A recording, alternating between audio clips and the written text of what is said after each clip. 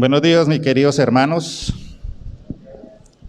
Es para mí un gran privilegio, un honor y motivo de mucha alegría poder estar acá frente a ustedes.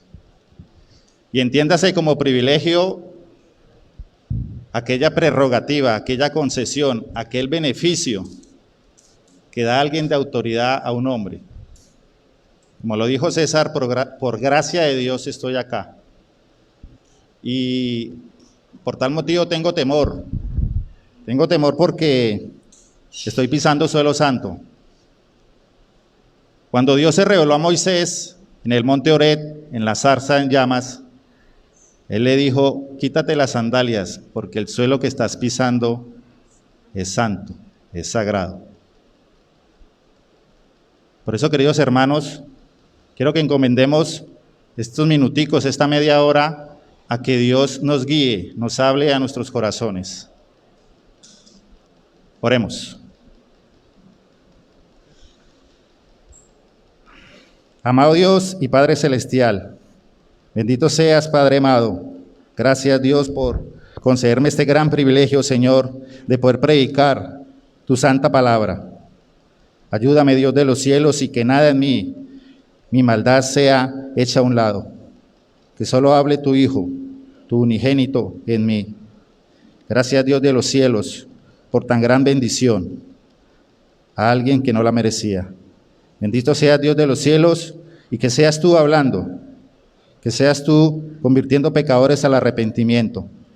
Autentícame, Dios de los cielos, si es tu voluntad. Bendito seas, Señor, en Cristo Jesús. Amén.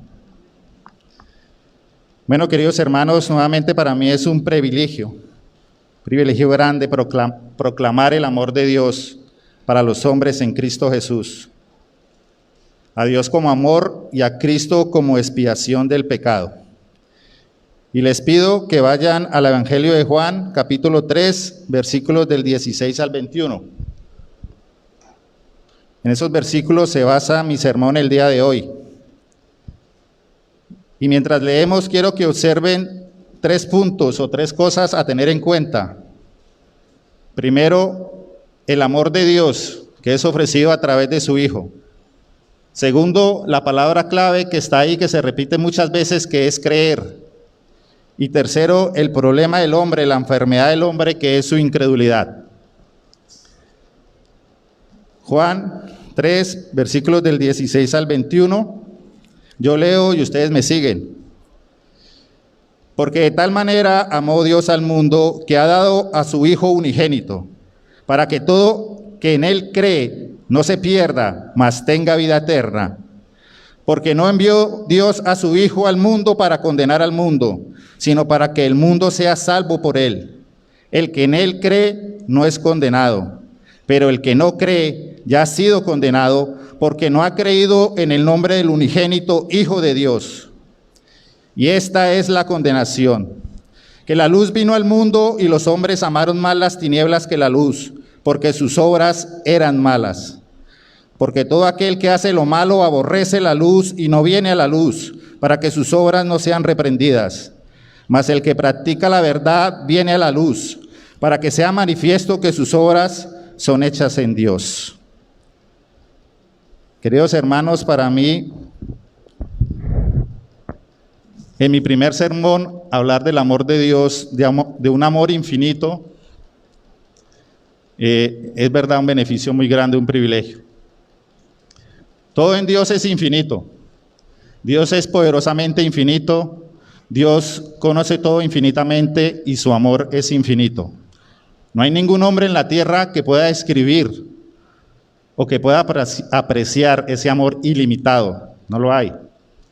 Por tal motivo he orado a Dios para que de una manera sencilla, totalmente reverente, pueda hacer entender en algo, en una manera limitada, lo que es el amor de Dios. Por tal motivo, antes de entrar de lleno a los versículos 16 al 21, voy a hablar un poco de la naturaleza de Dios. Las Sagradas Escrituras nos dicen 3 cosas acerca de la naturaleza de Dios. Primero, que Dios es espíritu. Segundo, que Dios es luz. Y tercero, que Dios es amor. Dios es espíritu, Dios es luz y Dios es amor. Y les voy a leer unos versículos, no los vayan a buscar, simplemente para sustentar lo que estoy diciendo. El Evangelio de Juan dice: Dios es espíritu y los que lo adoran en espíritu y en verdad es necesario que lo adoren. Dios es espíritu, no está compuesto de una materia física. Él es incorpóreo, no es visible. Si Él tuviera un cuerpo, estaría limitado a tiempo y espacio y por tal motivo no era omnipresente o no sería omnipresente. Él es espíritu en la forma más elevada. Él llena los cielos, la tierra, los mares, el universo. Él está en todas partes. Esa es la primera parte de su naturaleza. La segunda, Dios es luz. Primera de Juan nos dice: este es el mensaje que hemos oído de Él y os anunciamos. Dios es luz y no hay ningunas tinieblas en Él. Dios es luz.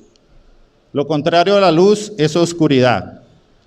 La oscuridad en las Escrituras representa la maldad, la muerte, el pecado. La luz representa la santidad de Dios, su bondad, la vida, su justicia. Cuando las Escrituras dicen que Dios es luz, es la suma de todas esas excelencias en Él. En Él no hay nada oscuro. Él es puro.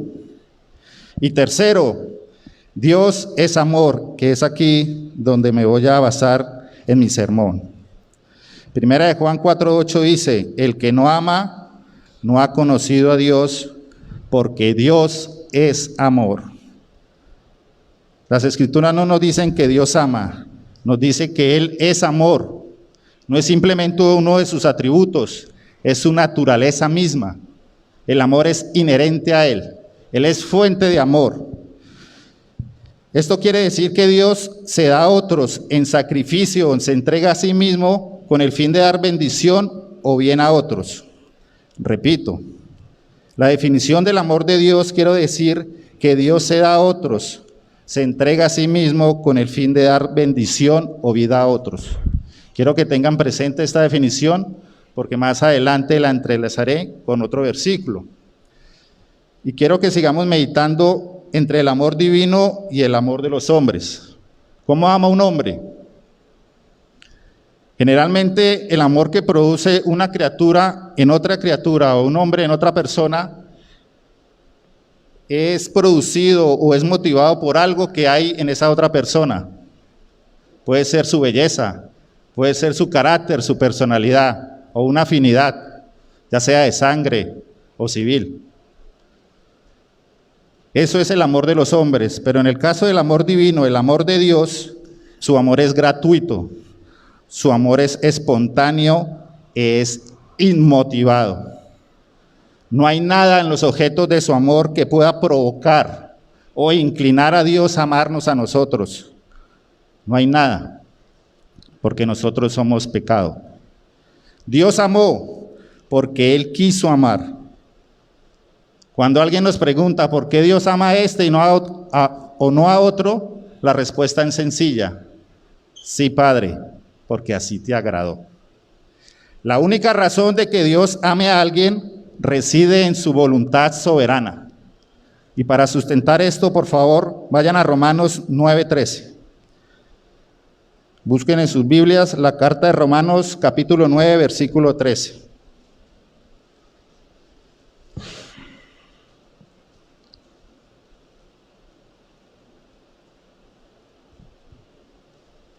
¿Ya están ahí? Por favor, leemos todos a una sola voz. Como está escrito: a Jacob amé, mas a Esaú aborrecí. Lo repito, como está escrito: a Jacob amé, mas a Esaú aborrecí. Dios amó más a Jacob que a Esaú. Y conocemos la historia bíblica de estos hermanos, de estos mellizos, hijos de Isaac y Rebeca, hijo de un patriarca. Y nos está diciendo que él amó a uno y aborreció al otro. ¿Qué había en Jacob? ¿Qué había en él para que lo amara? La Biblia nos demuestra que Esaú, o nos revela, que Esaú era un hombre cazador, un hombre de campo, un hombre trabajador, y que era preferido de su padre. De Jacob nos dice la Biblia que era el preferido de su madre. Era un hombre flojo, oportunista, engañador, mentiroso, avaro en gran medida. Pero Dios nos dice, amé a Jacob, aborrecí a Esaú. Y esa cita bíblica nos dice mucho más. Nos habla de la elección incondicional del hombre. Uno de los puntos del calvinismo. Cuando Dios dice elección incondicional, cuando la doctrina de la elección incondicional nos habla, lo contrario a elección es rechazo. Dios elige incondicionalmente. Generalmente nuestras elecciones son condicionadas. Cuando yo ejerzo mi derecho al sufragio, lo que voy a elegir está condicionado a algo que esté en ese candidato. En el caso de Dios no es así. Es totalmente incondicional. Con todo lo antes dicho, la pregunta es, ¿de dónde vino ese amor de Dios hacia nosotros los hombres? Hacia sus criaturas. No hay nada en mí que pueda haber ameritado ese amor. Es más, había mucho que ameritaba su desprecio. El amor de Dios surge de Él mismo. Él ama porque es su naturaleza el hacerlo. Dios es amor. Queridos hermanos, en mi corazón no hay nada. En mi corazón solo hay depravación, hay corrupción. Si hay una persona aquí que cree que hay algo minúsculo que hay en cada uno de nosotros, por lo cual Dios nos ama, todavía no ha entendido el Evangelio. La primera palabra de Dios cuando inició su ministerio bíblico dijo, arrepiéntanse, arrepiéntase de su pecado. Cuando en el Sermón del Monte inició las bienaventuranzas, que significa felicidad, el camino a la felicidad es Cristo, la primera bienaventuranza que dijo él, bienaventurados los pobres en espíritu, porque de ellos es el reino de los cielos. Nuestra bancarrota es grande, estamos muertos en delitos y pecados. Ahora sí, queridos hermanos, quiero que pongan sus ojos en el versículo 16. Ahora sí entramos de lleno al sermón. Juan 3:16. Porque de tal manera amó Dios al mundo que ha dado a su Hijo unigénito, para que todo aquel que en él cree no se pierda, mas tenga vida eterna. Porque de tal manera amó Dios al mundo. El apóstol Juan, bajo la inspiración divina, nos está diciendo, mire la manera, mire el tamaño de ese amor, calcúlelo si puede. Mire la manera con que Dios amó al mundo. Y cuando habla del mundo, hace referencia no a toda la humanidad, hace referencia a todos los creyentes de la historia humana. Está haciendo referencia a todos los creyentes del Antiguo Testamento que creyeron en la promesa. Está haciendo referencia a los creyentes que estuvieron con él cuando él anduvo acá en la carne. Hace referencia al mundo de los que estamos hoy en día y de los que ha de venir hasta su segunda venida. Ese es el mundo al cual Dios amó. Ese es el mundo por el cual él dio su vida. Pero ¿qué había en ese mundo? Había enemistad contra él. Había odio a su verdad. Había desprecio hacia su ley. Había rebelión en contra de sus mandamientos. Ese es el mundo que Dios amó. Ese es el mundo. Por eso el apóstol dice, de tal manera, mire lo inmenso y lo profundo de ese amor. El propósito divino de manifestar semejante amor radicada en un solo propósito, en rescatar un mundo que estaba perdido. Todo en la historia de la Biblia es una historia de redención, de salvación. Dios salvando a los hombres. El objetivo de Dios era precisamente rescatar a los hombres e encontró un resultado, una bella manera de rescatarlo. Encontrar un rescate para ellos a través de la dádiva de su Hijo, a través de nuestro Señor Jesucristo. Por favor, vayan a Romanos 5:8 para sustentar lo que les acabo de decir. Romanos 5:8.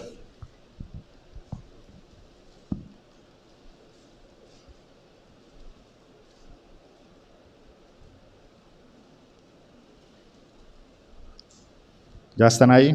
Leemos todos a una sola voz. Mas Dios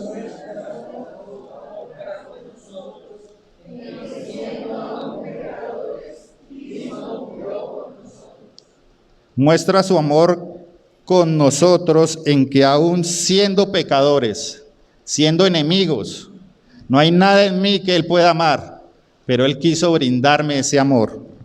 Cristo, su Hijo, murió por nosotros. Sigan ahí en el versículo 16, porque dice, porque de tal manera amó Dios al mundo que ha dado a su Hijo unigénito. Ese es el regalo de Dios, ese es el don de Dios, nos ha dado a su Hijo. No hay nada más gratuito que un don. Nos dio a la sagrada persona de nuestro Señor Jesucristo, a la segunda persona de la Trinidad, a su Hijo amado, en quien tenía toda complacencia. ¿Sí menciona el tamaño de ese amor? Los hijos nuestros son los hijos de los hombres, pero el de Él es el Hijo de Dios. Él se dio a sí mismo, porque Dios Padre, Dios Hijo y Dios Espíritu Santo es uno. Por eso les decía que tuvieran pendiente la definición del amor. Él se da a sí mismo para dar bendición a otros. Ahora, habla a los padres. ¿Ustedes estarían dispuestos a dar la vida de sus hijos a causa de sus enemigos? ¿Usted estaría dispuesto a cortar su linaje, su prole, por amar a alguien en el cual no hay nada de qué agradarse? Dios nos amó tanto que pareciera que nos amó más que a su Hijo, porque no lo libró a Él. Él pagó por lo que yo tenía que pagar, el justo por los injustos. Y no hay nada más que exprese el amor de Dios que el símbolo de la cruz, la señal de la cruz. Si alguien quiere ver el amor de Dios, que levante su vista al Calvario.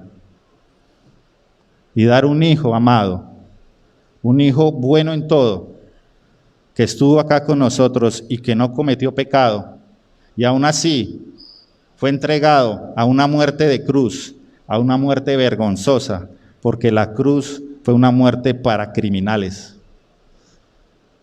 Fue azotado, fue humillado, simplemente para rescatarme a mí. Observen la angustia de nuestro Señor, porque estuvo angustiado, porque en ese momento Él clamó a Dios diciendo, Elí, Elí, lama sabatani. Dios mío, ¿por qué me has desamparado? Dios lo abandonó. Él se hizo maldición por mí. Mis pecados le fueron imputados a Él. Él me dio de la riqueza suya para hacerme rico a mí. Lo entregó para que fuera hecha maldición. Queridos hermanos, esto es lo que nosotros llamamos gracia. Esto es un amor inmerecido. Una concesión de bendiciones espirituales que ninguno de nosotros merecía, criaturas culpables e indignas. Bendita gracia, esa es la religión que predicamos aquí, la gracia de Dios, en Cristo Jesús, Señor nuestro. Vayan a Isaías 53:5, por favor, y leemos ese versículo. Isaías 53:5.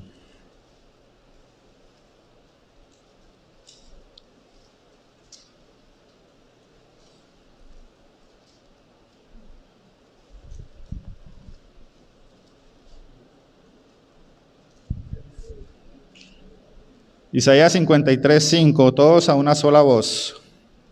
Mas Él herido fue por nuestras rebeliones.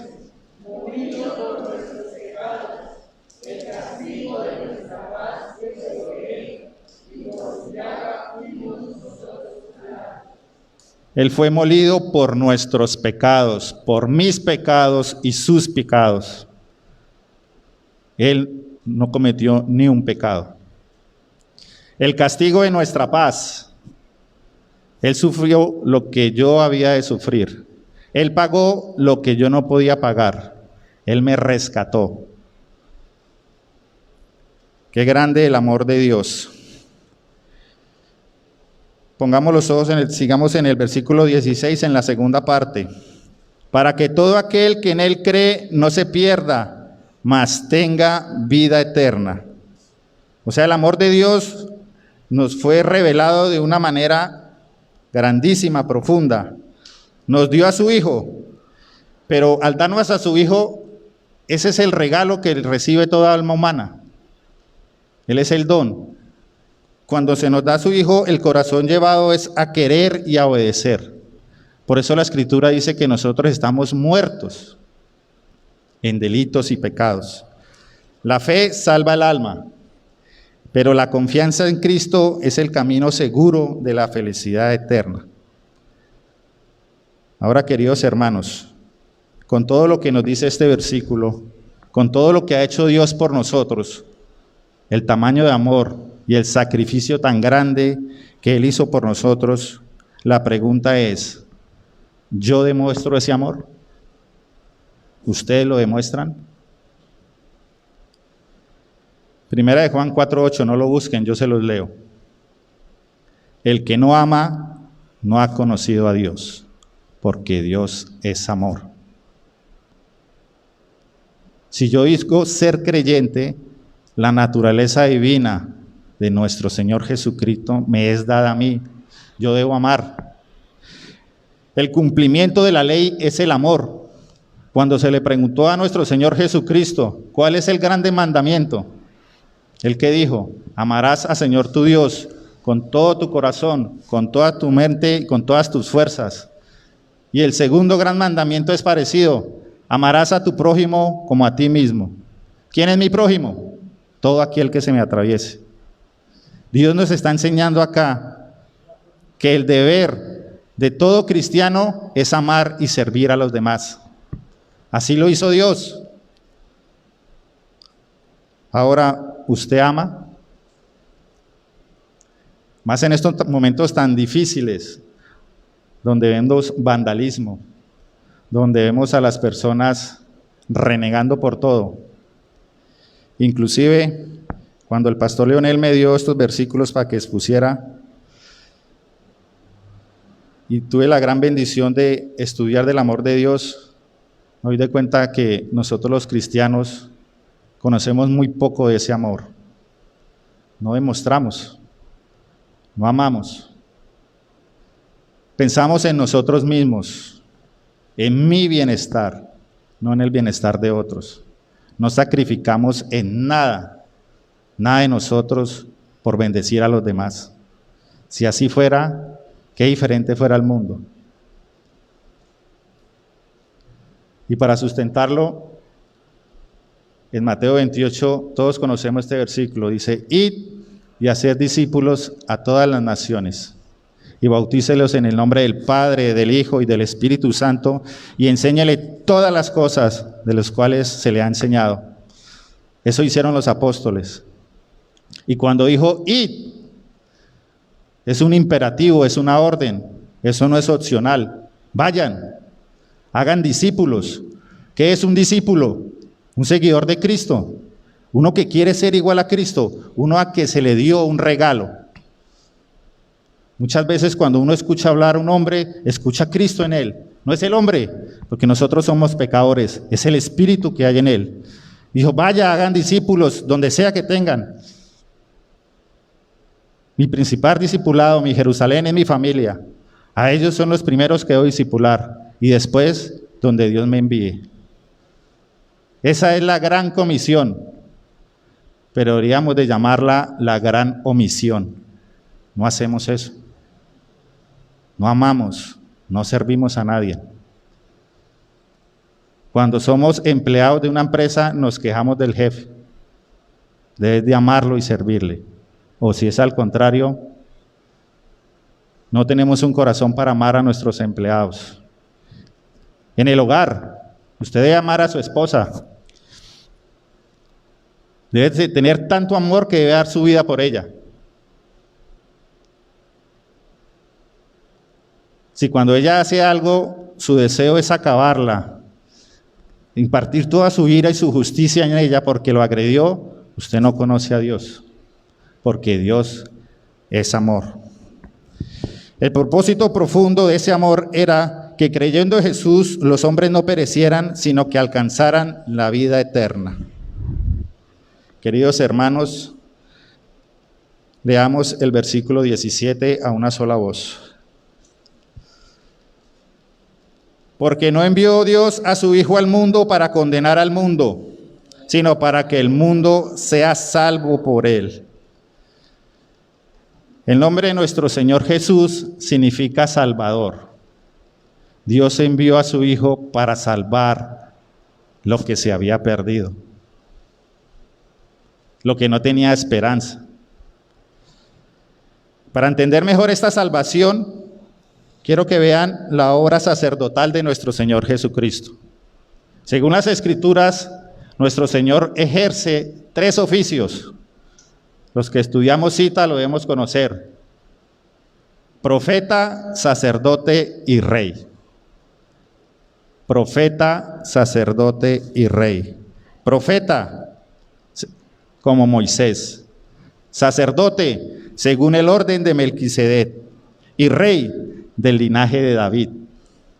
Pero el oficio principal, el que más nos beneficia, bueno, todos nos benefician, pero el que más me debe reverenciarme a él es su oficio sacerdotal.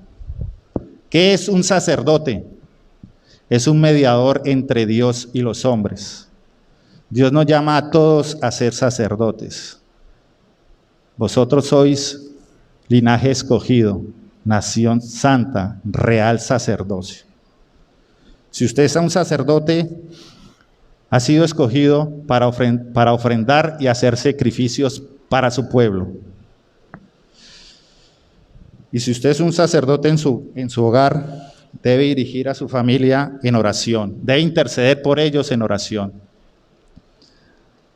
debe dirigir la adoración, debe enseñar de las santas escrituras, debe juzgar de las cosas santas, debe ayudar en todo. La orden sacerdotal de Cristo, para mirarla mejor, si Dios solo hubiera mandado a nuestro Señor Jesucristo como un profeta, como un rey, un profeta hubiera traído un mensaje para que nosotros hubiéramos realizado algo. Y como nosotros estamos muertos en delitos y pecados, ese mensaje del cielo no hubiéramos podido realizarlo. Por tal motivo, él siendo un rey, pues nos había condenado por no haber hecho lo que teníamos que haber hecho.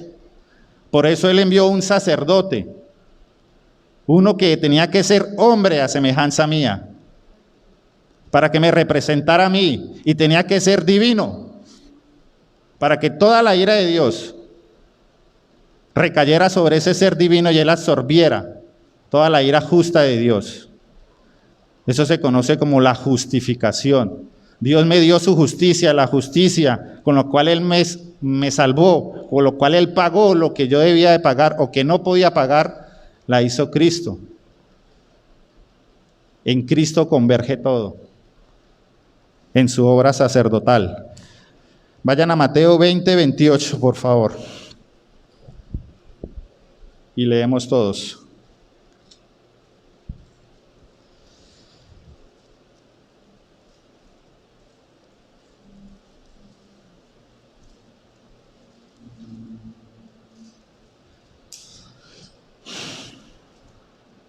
Leemos todos a una sola voz. Mateo 20, 28 dice: el Hijo del Hombre no vino para ser servido, sino para servir y para dar su vida en rescate por muchos.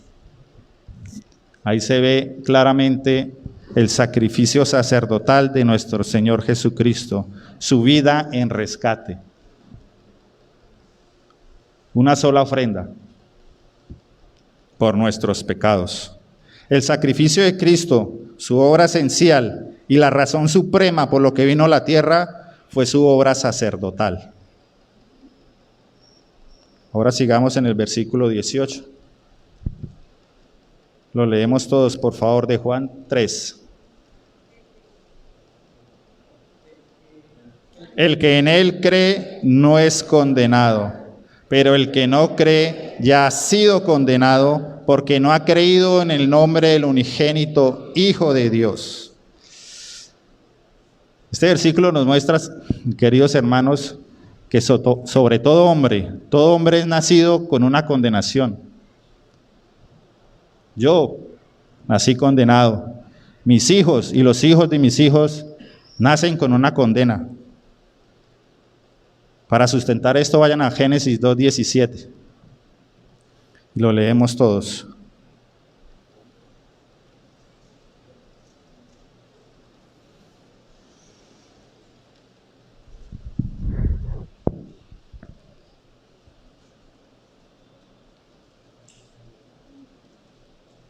Génesis 2:17. Mas del árbol de la ciencia del bien y del mal no comerás, porque el día que de él comieres, ciertamente morirás. Dios lo dijo, es su decreto. Ahí dice. Y todos conocemos la historia. El hombre cayó y comió el fruto prohibido, y esa condena está en cada uno de nosotros. El día que Adán comió el fruto, su alma murió. Toda su bondad, toda su virtud, todo lo perfecto que él era, cayó. Por eso se llama la caída. Todo se vino abajo, quedó en ruinas. Y hay una suspensión temporal en esa sentencia. O sea, cuando un hombre en este mundo o en otros países es condenado a muerte, no lo matan de una vez. A los 3 meses, 6 meses o al año, lo matan, según sea la condena, silla eléctrica, por cualquier otra causa. No muere de una vez. Lo mismo nos pasa a nosotros. Estamos aquí en esta vida. Y si no creemos, ya hemos sido condenados. ¿Usted anhela ese don, ese regalo de Dios? Porque esa es la única manera de que se le quite, de sea suelto esa condena que pesa sobre nosotros. Cada uno ha sido sentenciado a muerte por Dios a menos que encuentre un sustituto por sus pecados, a Cristo. Todo hombre está muerto en delitos y pecados. Y esta es la muerte eterna, o la segunda muerte. Todos hemos de morir alguna vez, pero la muerte segunda es el que muere sin Cristo. Es la ejecución de esa condena que fue decretada en el Génesis. Bendito Dios por nuestro Señor Jesucristo. Por favor, vayan a Mateo 25:41 para confirmar lo que les he dicho. Mateo 25:41.